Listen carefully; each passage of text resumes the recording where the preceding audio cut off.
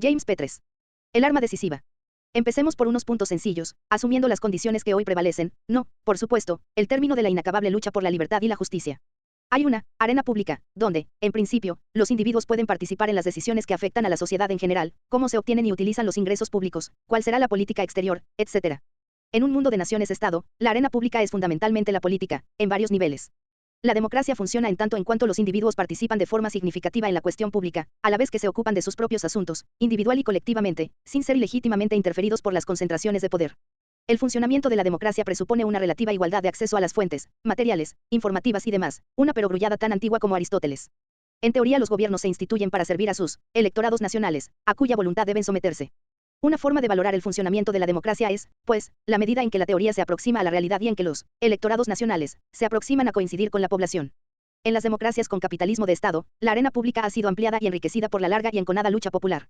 A la vez, la concentración del poder privado ha procurado restringirla. Estos conflictos constituyen una buena parte de la historia moderna. La manera más eficaz de restringir la democracia es transferir la toma de decisiones, de la arena pública, a instituciones que no responden ante nadie, reyes y príncipes, castas sacerdotales, juntas militares, dictaduras partidistas o las modernas sociedades anónimas. Las decisiones a que llegan los directivos de la G afectan sustancialmente a la sociedad en general, pero, por principio, los ciudadanos no participan en su adopción. Podemos dejar de lado el transparente mito del mercado y la democracia de los accionistas. Los sistemas de poder exentos de responsabilidades ofrecen ciertas opciones a los ciudadanos. Estos pueden hacer peticiones al rey o al presidente de la empresa, o afiliarse al partido que gobierna. Pueden probar a trabajar para la G o bien comprar sus productos. Pueden luchar por sus derechos dentro de las tiranías, estatales y privadas, y solidarizándose con otros pueden tratar de limitar o desmantelar el poder ilegítimo, persiguiendo ideales tradicionales, entre los que se incluyen los que animaron al movimiento obrero norteamericano desde sus tempranos orígenes, que quienes trabajan en las fábricas deben ser sus propietarios y quienes las dirijan. La concentración empresarial en Estados Unidos, ocurrida durante el último siglo, ha sido un ataque contra la democracia, y en los mercados ha formado parte del giro por el que se ha pasado de algo parecido al capitalismo, a los mercados sumamente administrados de la moderna era estatal monopolista. Una variedad actual se llama minimización del Estado, es decir, transferir de la arena pública a otro sitio el poder para tomar decisiones, al pueblo, en la retórica del poder, a las tiranías privadas, en el mundo real. Todas estas medidas están concebidas para limitar la democracia y domar a la vil plebe, como calificaron a la población quienes se llamaban a sí mismos los hombres de mejor calidad, durante el primer estallido de la democracia en el periodo moderno, en la Inglaterra del siglo XVII, los hombres responsables, como se llaman a sí mismos hoy. Los problemas fundamentales persisten, adoptando constantemente nuevas formas, reclamando nuevas medidas de control y de marginalización, y conduciendo a nuevas formas de lucha popular. Los llamados acuerdos de libre comercio son uno de estos instrumentos para minar la democracia. Están diseñados para transferir la toma de decisiones sobre las aspiraciones y la vida de los pueblos a manos de las tiranías privadas que operan en secreto y sin supervisión ni control públicos. No es sorprendente que a la gente no le gusten. La oposición es casi instintiva, justa respuesta al cuidado con que se aísla a la vil plebe de la información y demás conocimientos relevantes. Gran parte del cuadro se admite tácitamente. Acabamos de presenciar un nuevo ejemplo, el intento en los últimos meses de aprobar una legislación, la vía rápida, que permita al Ejecutivo negociar acuerdos comerciales sin supervisión del Congreso ni conocimiento público, bastará con un simple sí o no. La vía rápida tiene el casi unánime apoyo de los sistemas de poder, pero, como observaba con pesadumbre el Wall Street Journal, quienes se oponen tal vez tengan un arma decisiva, la mayoría de la población. El público seguía oponiéndose a la legislación, a pesar de la barrera artillera de los medios de comunicación, tontamente convencido de que tiene que saber lo que le está ocurriendo y de que tiene voz para decidirlo. De manera similar, el TLC fue impuesto a la fuerza, contra la oposición pública, que se mantuvo firme incluso después del respaldo entusiasta y casi unánime del poder estatal y empresarial, incluidos sus medios informativos, que incluso se negaron a permitir que expusieran sus posturas los principales oponentes, el movimiento sindical, mientras los denunciaban por diversas fechorías inventadas. 1. La vía rápida se presentó como una cuestión de libertad de comercio, pero eso no es exacto. Los más ardientes partidarios del libre comercio se opondrían firmemente a la vía rápida de darse el caso de creer ellos en la democracia, que es lo que está en juego. Dejando esto de lado, es difícil calificar los acuerdos proyectados de acuerdos de libre comercio en mayor medida que el TLC o los tratados del GATT, temas que abordamos en otros lugares.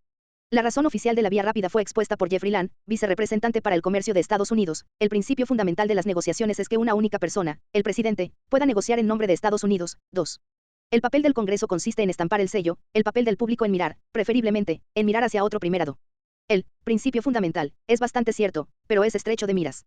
Vale para el comercio, pero no para las demás cuestiones, los derechos humanos, por ejemplo. En estas, el principio es el contrario, los miembros del Congreso han de tener garantizadas todas las posibilidades de asegurarse de que Estados Unidos mantenga su reputación de no ratificar los acuerdos, uno de los peores del mundo. Los pocos convenios a los que siquiera se les ha permitido llegar al Congreso han sido retenidos durante años, e incluso las raras ratificaciones han sido lestrades con condiciones que las hacen inoperantes en Estados Unidos, no son, de efecto inmediato, y tienen especiales restricciones. Una cosa es el comercio, otra distinta la tortura y los derechos de las mujeres y los niños. La distinción tiene un valor más general. China está bajo amenaza de severas sanciones por no haberse adherido a las exigencias proteccionistas de Washington, o por no respetar las sanciones a los libaneses. Pero el terror y la tortura provocan una respuesta distinta. En este caso, las sanciones podrían ser contraproducentes. Entorpecerían nuestros esfuerzos por extender la cruzada de los derechos humanos al sufrido pueblo de China y sus dominios, lo mismo que la renuencia a instruir a los oficiales del ejército indonesio, disminuye nuestra capacidad para influir positivamente en su comportamiento y política sobre derechos humanos, según explicó hace poco el Pentágono. Por lo tanto, el empeño misionero en Indonesia prosigue, eludiendo las resoluciones del Congreso. Esto por lo menos es coherente.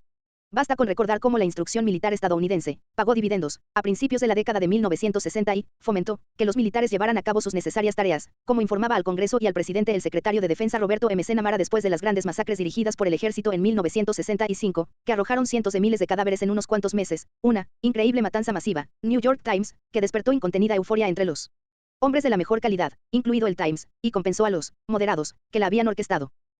Namara tiene un especial prestigio para la formación de oficiales del ejército indonesio en universidades norteamericanas, factores muy significativos para asentar la nueva élite política indonesia, el ejército, en el debido rumbo.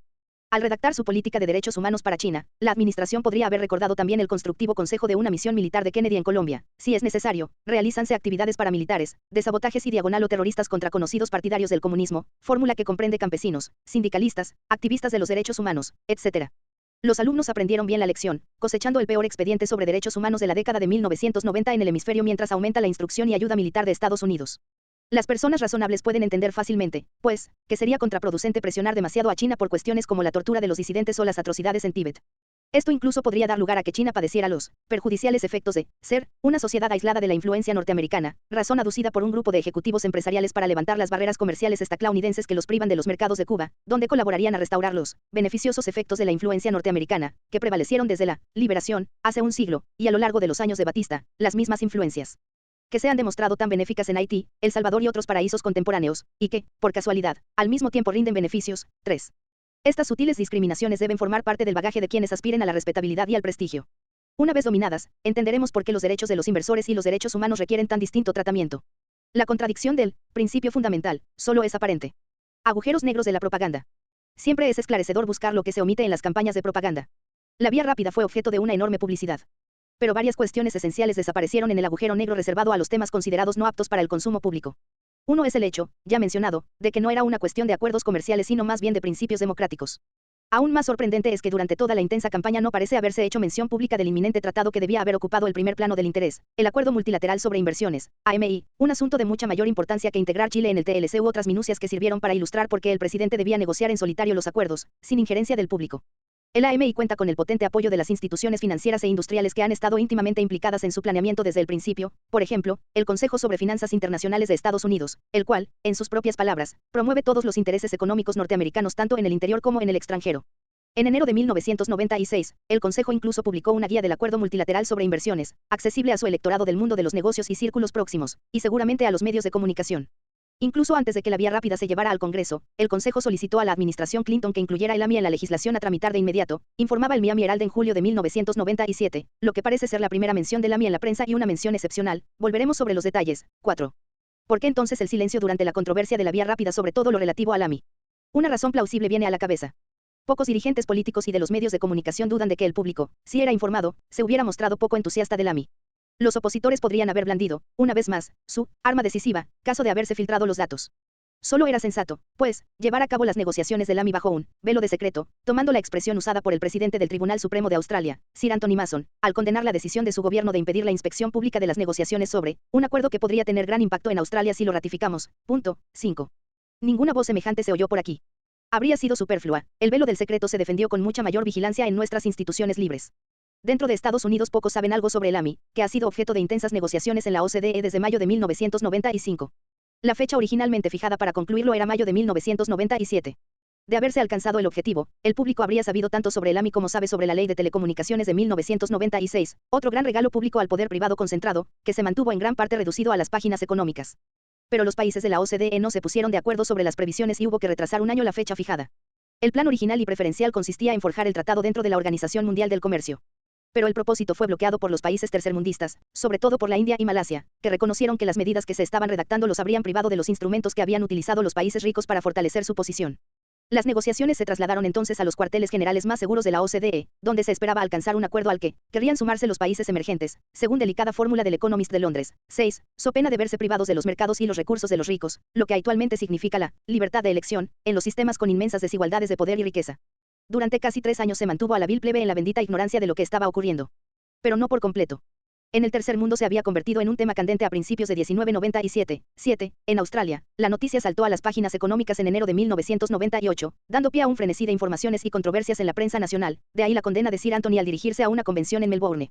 El partido de la oposición urgió al gobierno a remitir el acuerdo al Comité Parlamentario sobre Tratados antes de firmarlo, según la prensa. El gobierno se negó a proporcionar al Parlamento una información detallada y a permitir el examen parlamentario. Nuestra posición sobre el AMI es muy clara, respondió el gobierno, no firmaremos nada a no ser que sea demostrablemente beneficioso para el interés nacional de Australia.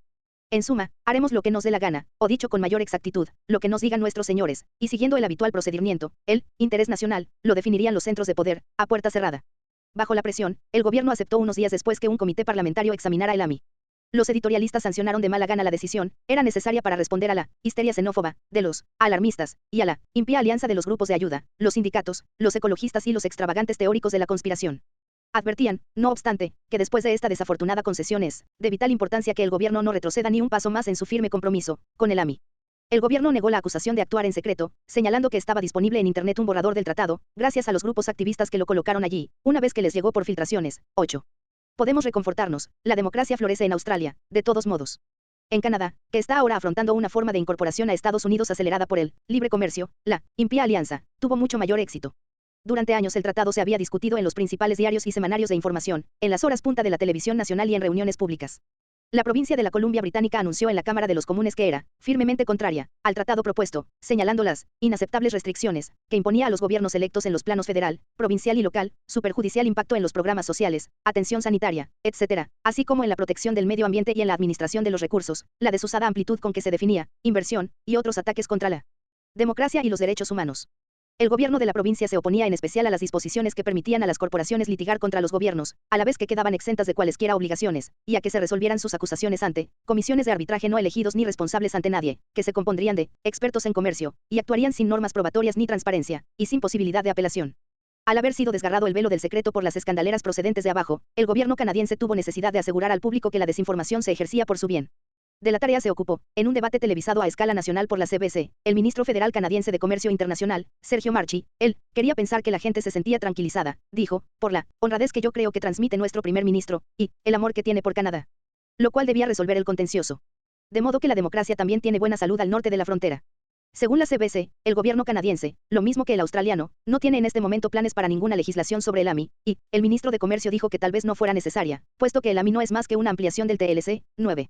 El tema se ha discutido en los medios de comunicación nacionales de Inglaterra y Francia, pero yo no sé si allí, o en cualquier otro lugar del mundo libre, se consideró necesario asegurar al público que como mejor cuidan sus intereses es teniendo fe en los dirigentes que los aman, resuman honradez, y defienden inamoviblemente el interés nacional. No es demasiado sorprendente que la historia haya seguido un curso único en el estado más poderoso del mundo, donde los hombres de la mejor calidad se declaran campeones de la libertad, la justicia, los derechos humanos y, sobre todo, la democracia. Seguramente quienes dirigen los medios de comunicación han estado en todo momento informados sobre el AMI y sus importantes consecuencias, al igual que los intelectuales públicos y los expertos reconocidos. Como ya hemos hecho notar, el mundo de los negocios estaba al tanto a la vez que participaba activamente. Pero en la más impresionante demostración de autodisciplina, con salvedades que se confunden con el error estadístico, la prensa libre ha logrado mantener a oscuras a quienes confían en ella, una tarea nada sencilla en un mundo tan complejo. El mundo empresarial apoyó de forma abrumadora el AMI. Aunque el silencio impide demostrarlo con citas, es razonable barruntar que los sectores del mundo empresarial dedicados a ilustrar al público no fueron menos entusiastas. Pero, una vez más, entienden que podría desenvainarse el arma decisiva, si la vil plebe se huele lo que se está haciendo. El dilema tiene una solución lógica. Llevamos ya casi 3 años observándola. Electorados respetables y no respetables. Los defensores del AMI tienen un argumento de peso, los críticos carecen de información para plantear las cosas de manera convincente. El propósito del velo de secreto ha sido el de garantizar el resultado y el empeño ha tenido un cierto éxito. Esto es más espectacular en Estados Unidos, que disfruta de las instituciones democráticas más estables y más antiguas del mundo y puede alegar con todo derecho ser el modelo de democracia con capitalismo de Estado. Dada la experiencia y el estatus, no es sorprendente que los principios de la democracia se comprendan con claridad en Estados Unidos y se expongan lúcidamente en las altas esferas. Por ejemplo, el distinguido científico Samuel Huntington, en su texto American Politics, observa que el poder debe ser invisible si quiere ser eficaz. Los arquitectos del poder en Estados Unidos deben crear una fuerza que se deje sentir pero no ver. El poder se mantiene fuerte cuando se mantiene en la oscuridad, expuesto a la luz del sol comienza a evaporarse. Ilustró esta tesis en el mismo año 1981 mientras explicaba la función de la amenaza soviética. Es posible que haya que vender la intervención u otra acción militar, de tal modo que se cree la falsa impresión de que se está luchando contra la Unión Soviética. Es lo que Estados Unidos viene haciendo desde la doctrina Truman. Punto 10. Dentro de estos límites, creando la falsa impresión, para engañar al público y dejarlo literalmente excluido, deben ejercer su pericia los líderes responsables en las sociedades democráticas. No obstante, no sería justo acusar a las potencias de la OCDE de llevar las negociaciones en secreto.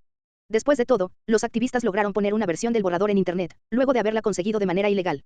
Los lectores de prensa alternativa y de periódicos del tercer mundo y los que están infectados por la impía alianza han estado al corriente de los acontecimientos desde principios de 1997, por lo menos.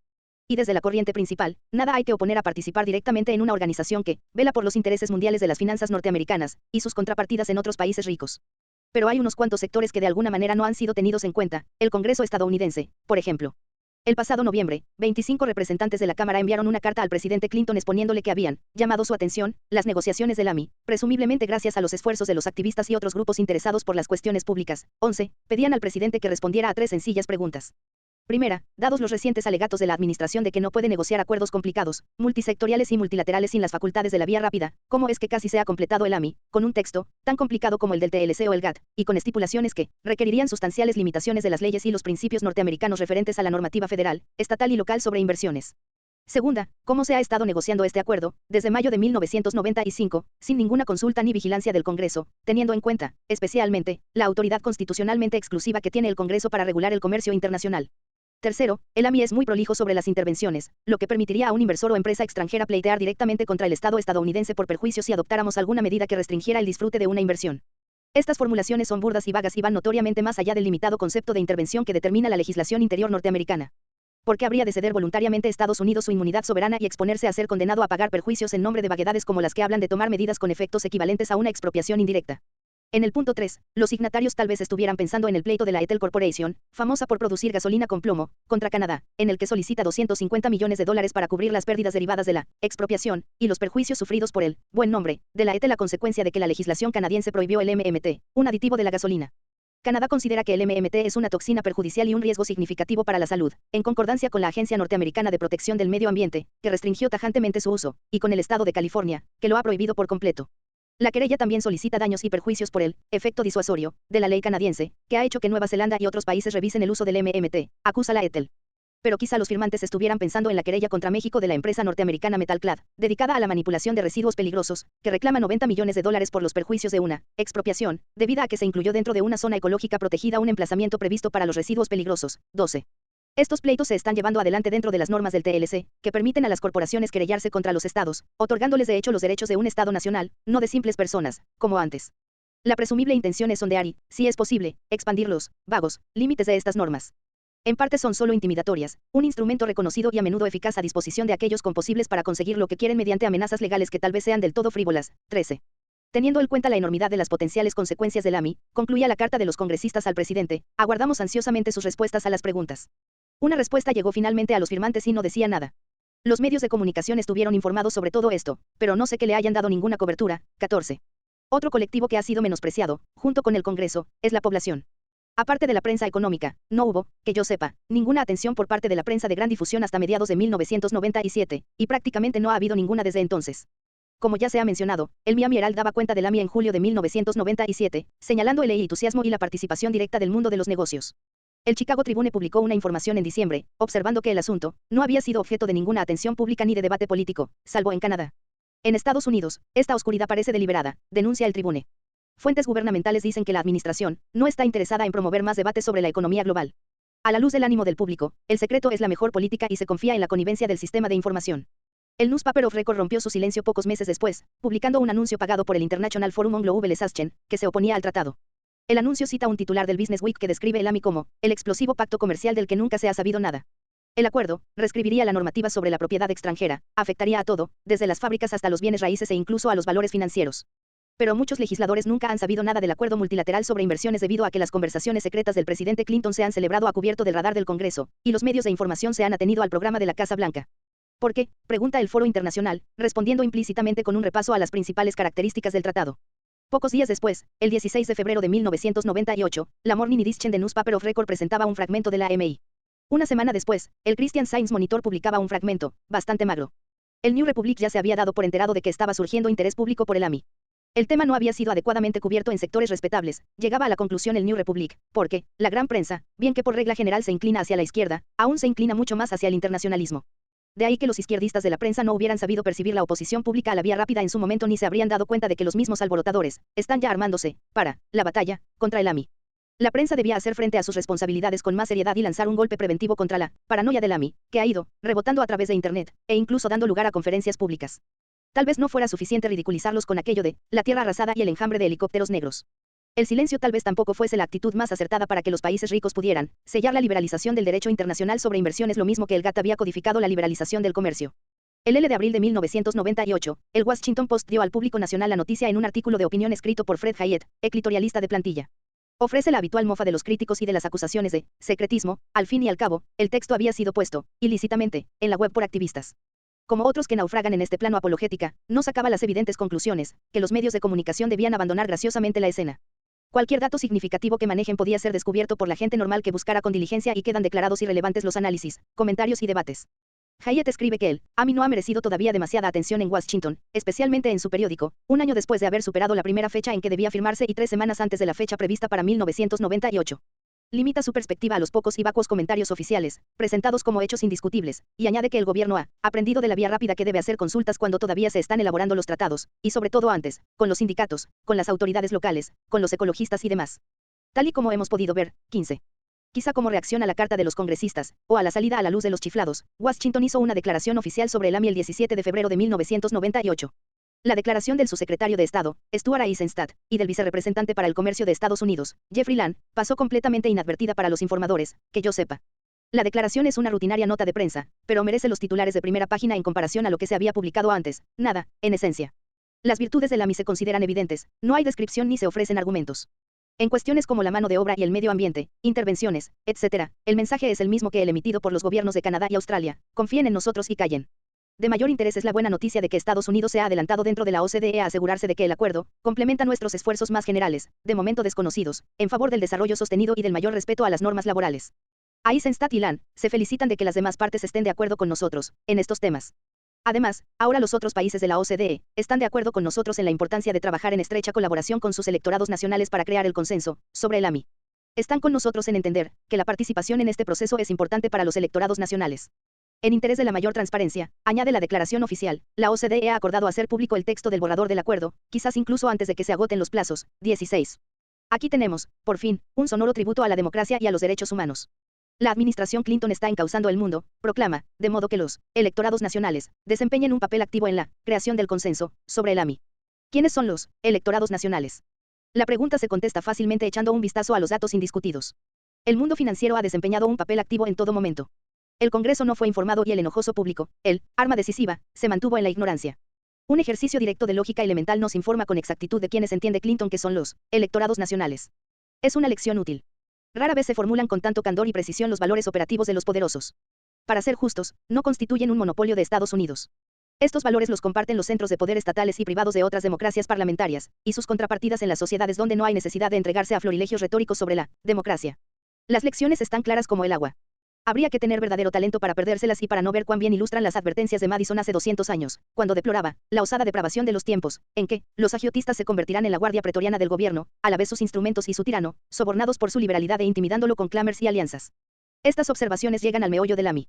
Como buena parte de la política pública de los últimos años, especialmente en las sociedades angloamericanas, el tratado está diseñado para recortar la democracia y los derechos de los ciudadanos, transfiriendo aún más poderes para tomar decisiones a las instituciones privadas que no rinden cuentas a nadie, a los gobiernos de los que estas instituciones son sus electorados nacionales, y a las organizaciones internacionales con las que comparten intereses comunes.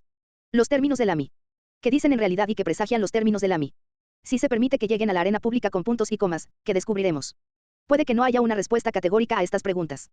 Incluso si dispusiéramos del texto completo del AMI, de la detallada lista de las reservas introducidas por los signatarios y de la documentación palabra por palabra de las actas, no tendríamos las respuestas. La razón es que las respuestas no vienen determinadas por las palabras sino por las relaciones de poder que impone su interpretación. Hace 2 siglos, en la que en su día era la democracia dominante, Oliver Goldsmith observó que las leyes machacan a los pobres y los ricos hacen la ley, es decir, la ley que actúa, digan lo que digan las bellas palabras. El principio sigue siendo válido. 17. Se trata, de nuevo, de perogrulladas que valen para todo. En la Constitución de Estados Unidos y en sus enmiendas no se encuentra nada que autorice a otorgar derechos humanos, libertad de expresión y de movimiento, derecho a comprar elecciones, etc., a lo que los historiadores del derecho denominan entidades jurídicas colectivas, entidades orgánicas que tienen derechos de personas inmortales, derechos que superan con mucho los de las personas de verdad, si tenemos en cuenta el poder de estas entidades, y derechos a los que ahora se van a sumar los propios de los estados, como hemos visto. En vano se buscará en la Carta de la ONU el fundamento de la autoridad que se irroga Washington cuando utiliza la fuerza y la violencia para perseguir el interés nacional, según lo definen las personas inmortales que proyectan sobre la sociedad esa sombra llamada la política, en evocativa expresión de John Dewey. El Código estadounidense define el terrorismo con gran claridad y la ley norteamericana establece severos castigos por ese delito. Pero no se encontrará ninguna fórmula que excluya a los arquitectos del poder de ser castigados por sus prácticas de terrorismo estatal, por no hablar de sus monstruosos clientes, mientras estos gozan del favor de Washington. Suharto, Saddam Hussein, Mobutu, Noriega y otros mayores y menores.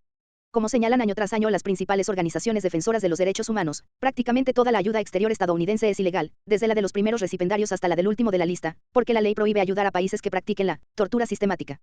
Esa puede que sea la ley, pero ¿es eso lo que significa la ley? El AMI cae dentro de la misma categoría. El análisis correcto sería ponerse en el peor de los casos, sí, el poder se mantiene en la oscuridad, y los abogados de las corporaciones, que son amanuenses a sueldo, logran imponer su interpretación de la fraseología queridamente ambigua y retorcida del borrador del tratado. Hay interpretaciones menos agoreras, que tal vez sean las correctas si no es posible contener el arma decisiva, y los procedimientos democráticos influyen en los resultados. Entre los posibles resultados, uno sería el desmantelamiento de toda la estructura y de las instituciones ilegítimas en que se apoya. Son asuntos que piden organización y acción popular, no palabras. 18. Aquí se podrían plantear críticas a algunos de los críticos de la mililitros, incluido yo. El texto desglosa los derechos de los inversores, no los de los ciudadanos, cuyos derechos quedan consiguientemente disminuidos. Los críticos se han puesto de acuerdo en calificarlo de acuerdo sobre los derechos de los inversores, lo cual es bastante cierto, pero es engañoso. ¿Quiénes son exactamente los inversores? La mitad de las acciones era en 1997 propiedad del 1/L00 de las familias más ricas y casi el 90% era del 10% de las más ricas. La concentración es aún mayor en el caso de las obligaciones y los fondos de inversión, similar en otros valores. Al agregar los planes de pensiones solo se produce una distribución ligeramente más uniforme entre el 20% de familias más ricas. Es comprensible el entusiasmo por la radical inflación de valores en los últimos años. Y el control efectivo de las corporaciones radica en muy pocas manos institucionales y personales, con el respaldo de la ley, luego de un siglo de activismo judicial.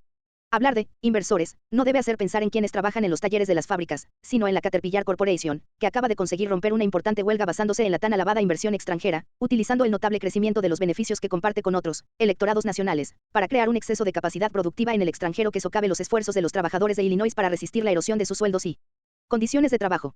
Estas derivaciones son resultado en no pequeña medida de la liberalización financiera de los últimos 25 años, que va a ser ampliada con el AMI. También merece la pena anotar que esta era de liberalización financiera ha sido de un crecimiento más lento de lo normal, incluyendo el actual boom, la recuperación más pobre de la historia de la posguerra, salarios bajos, beneficios altos y, dicho sea de paso, restricciones comerciales impuestas por los ricos. Sería mejor calificar al AMI y similares empeños de acuerdos sobre derechos de las corporaciones, en vez de acuerdos sobre derechos de los inversores. Los inversores relevantes son personas jurídicas colectivas, no personas tal como se entendía por sentido común y por tradición en los tiempos anteriores a que el activismo jurídico creara el moderno poder concentrado de las corporaciones. Lo que conduce a otra crítica. Los contrarias al AMI suelen alegar que los acuerdos conceden demasiados derechos a las corporaciones. Pero hablar de conceder demasiados derechos al rey o al dictador, o al propietario de esclavos, es ceder demasiado terreno. Más bien que, acuerdos sobre los derechos de las corporaciones, estas medidas podrían calificarse, con mayor exactitud, de acuerdos sobre los poderes de las corporaciones, dado que en absoluto está claro que estas instituciones hayan de tener ninguna clase de derechos. Cuando tuvo lugar la concentración empresarial y financiera en las sociedades con capitalismo de Estado, hace un siglo, en parte como reacción a los gigantescos fracasos del mercado, los conservadores, una ralea que actualmente apenas existe, se opusieron a este ataque contra los principios fundamentales del liberalismo clásico. Y con razón. Cabe recordar la crítica de Adam Smith a las sociedades anónimas de su época, especialmente al conceder cierta independencia a los gestores, y su actitud respecto a la inherente corrupción del poder privado. Probablemente hay una conspiración contra el público, cuando los hombres de negocios se reúnen a almorzar, en su ácida opinión, dejando aparte cuando constituyen personas jurídicas colectivas y alianzas entre ellos, con derechos extraordinarios que respalda y amplía el poder del Estado. Teniendo presentes estas salvedades, recordemos algunos de los previstos rasgos del AMI, basándonos en la información que ha llegado al público interesado gracias a la impía alianza. Se otorga a los inversores el derecho de mover libremente sus bienes, lo mismo las instalaciones industriales que los valores financieros, sin interferencias estatales, lo que significa la voz del público. Por procedimientos trapaceros consabidos en el mundo de los negocios y entre los abogados de las corporaciones, los derechos garantizan también a los inversores extranjeros la fácil transferencia a inversores nacionales. Entre las opciones democráticas que podrían desecharse se cuentan las que reclaman que la propiedad sea local, compartir la tecnología, dirección local, control de las corporaciones, normativas sobre salarios dignos, derechos preferenciales, para las zonas deprimidas, las minorías, las mujeres, etc., medidas para la protección de la mano de obra, del consumidor y del medio ambiente, restricción de los productos peligrosos, apoyo a las industrias emergentes y estratégicas, reforma agraria. Inspección a cargo de la comunidad local y de los trabajadores, es decir, los fundamentos de la auténtica democracia, actividades sindicales, que podrían interpretarse como amenazas ilegales contra el orden, etc. Se permite a los inversores que pleiteen contra los estados en todos los ámbitos por infringir los derechos que se les han concedido. No hay reciprocidad, ni los ciudadanos ni los estados pueden pleitear contra los inversores. Los pleitos de Etel y Metalclad son iniciativas de tanteo. No se admiten restricciones a las inversiones en países que violan los derechos humanos, Sudáfrica en los días del compromiso constructivo, la Birmania actual. Hay que entender, desde luego, que los grandes no se verían afectados por tales limitaciones. Los poderosos están por encima de tratados y leyes. Se han prohibido las limitaciones a la circulación de capitales, por ejemplo, las condiciones impuestas por Chile para disuadir la entrada de capitales a corto plazo, que en general se reconoce que de alguna manera aislaron a Chile del impacto destructivo de los mercados financieros sumamente volátiles y sometidos a impredecibles irracionalidades gregarias. O bien medidas de mucho mayor alcance, que bien podrían invertir las deletéreas consecuencias de liberar la circulación de capitales. Durante años han estado sobre la mesa serias propuestas para alcanzar estos objetivos, pero nunca habían llegado al orden del día de los arquitectos del poder. Bien es posible que la economía resulte perjudicada por la liberalización financiera, como parecen indicar los datos. Pero este perjuicio tiene poca importancia en comparación con las ventajas derivadas de liberar la circulación de capitales durante un cuarto de siglo, iniciada principalmente por los gobiernos de Estados Unidos y Gran Bretaña. Estas ventajas son sustanciales.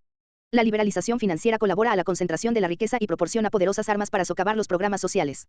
Ayuda a poner en práctica la contención significativa de los salarios y la atípica moderación con que crecen las remuneraciones, que parece ser sobre todo consecuencia de la mayor inseguridad de los trabajadores, que tanto satisfacen al presidente de la Reserva Federal, Alan Greenspan, y a la administración Clinton, pues mantienen un milagro económico que despierta pasmo entre los beneficiarios y los ilusos observadores, sobre todo en el extranjero.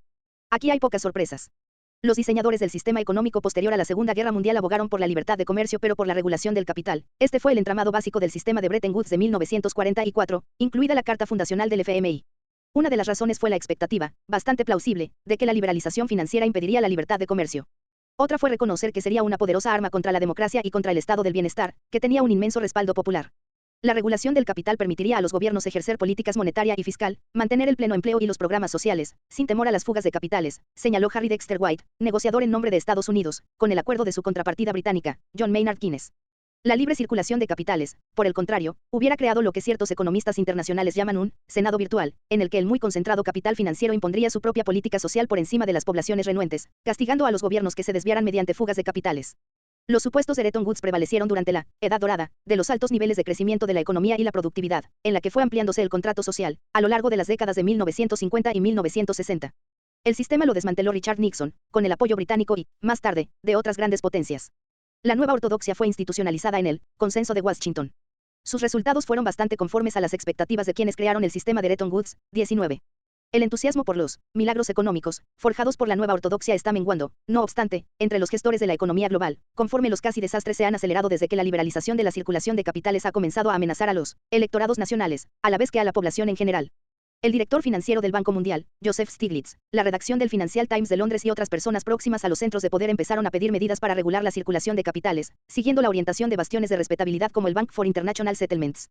El Banco Mundial también ha dado un poco marcha atrás. No solo se entiende muy mal la economía global, sino que se está haciendo difícil ignorar y remendar sus serias debilidades. Es posible que haya cambios en direcciones imprevisibles. 20. Volviendo al AMI, los signatarios van a estar sellados durante 20 años. Se trata de una propuesta del gobierno de Estados Unidos, según el portavoz de la Cámara Canadiense de Comercio, que al mismo tiempo es el principal consejero para inversiones y comercio de la IBM Canadá y ha sido nombrado para representar a Canadá en debates públicos. 21. El tratado lleva incorporado un efecto trinquete, una consecuencia de las disposiciones sobre detención y reducción. La detención significa que no se permite ninguna nueva legislación que se interprete no conforme al AMI. La reducción significa que se cuenta con que los estados eliminen la legislación vigente que se interprete no conforme. En todos los casos, la interpretación corre a cargo de ya se sabe quién. El objetivo es sellar a los países en acuerdos que, con el tiempo, estrecharán la esfera pública cada vez más, transfiriendo poder a los electorados nacionales, reconocidos y a sus estructuras internacionales. Se incluyen en estas una abundante serie de alianzas entre corporaciones para administrar la producción y el comercio, confiando a los estados poderosos que se encarguen de mantener el sistema a la vez que socializan los costos y riesgos de las corporaciones transnacionales radicadas en sus países, prácticamente todas las transnacionales, según recientes estudios técnicos. La fecha fijada para firmar el AMI era el 27 de abril de 1998, pero al acercarse el día fue haciéndose evidente que probablemente habría demoras debido a las crecientes protestas populares y a desacuerdos dentro del club. Según rumores filtrados de los órganos del poder, sobre todo a la prensa económica extranjera, la Unión Europea y Estados Unidos pretenden permitir ciertos derechos a los Estados miembros. Hay empeño de Estados Unidos por hacerse con algo así como el inmenso mercado interior de que disfrutan las corporaciones radicadas en su territorio, reservas de Francia y Canadá para aceptar ciertos controles sobre su industria cultural. La amenaza es mucho mayor para los países más pequeños, y objeciones. europeas a las extremadas y arrogantes interferencias estadounidenses en el mercado, como en el caso de la ley Helms-Burton. El Economist informa de otros problemas adicionales. Se están haciendo más difíciles de obviar los temas laborales y ambientales, que apenas figuraban al principio.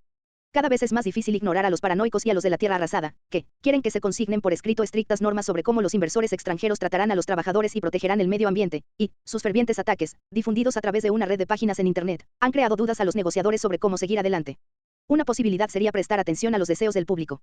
Pero esta opción no se menciona, queda excluida en principio, puesto que minaría todo el proyecto. Incluso si no se alcanza el punto final y se abandona el empeño, eso no demostraría que todo haya sido, en vano, explica el Economist a sus lectores.